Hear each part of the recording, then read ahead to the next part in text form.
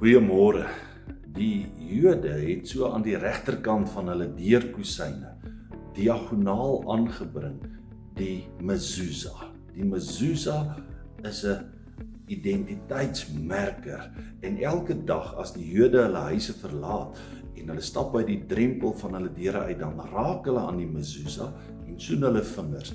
En hierdie was 'n identiteitsmerker vir die Jode, vandag nog steeds. Want binne in hierdie mezuzah is die Shema, en dit is die woorde wat in Deuteronomium 6 vers 4 tot 9 staan.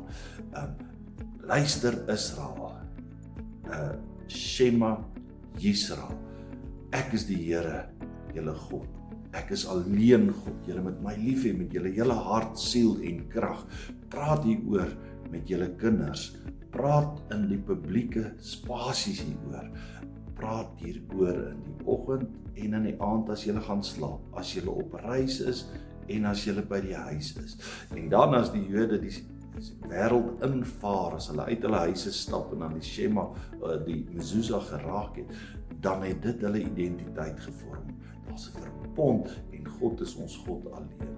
Ons word deel van hierdie nuwe verbond, sê Paulus in Galasiërs 3 vers 26 tot 29. Deur ons geloof in Jesus is ons nou gedoop en nou is ons familie van Abraham, erfgename van die verbond, van die beloftes wat God gemaak het. En daarom, ons het nie sulke tekens wat ons aanbring in ons huise nie.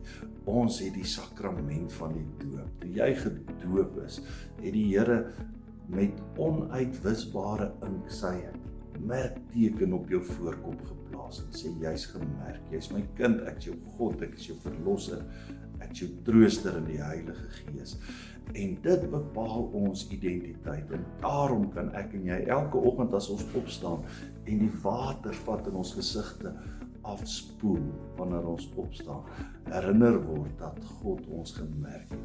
Sy genade is oor ons voorkoppe geskryf. Ons behoort aan hom. As ons die drempel van ons huise verlaat, dan weet ek, God is my God alleen en kan ek hom lief hê met my hele hart en siel en met al my krag.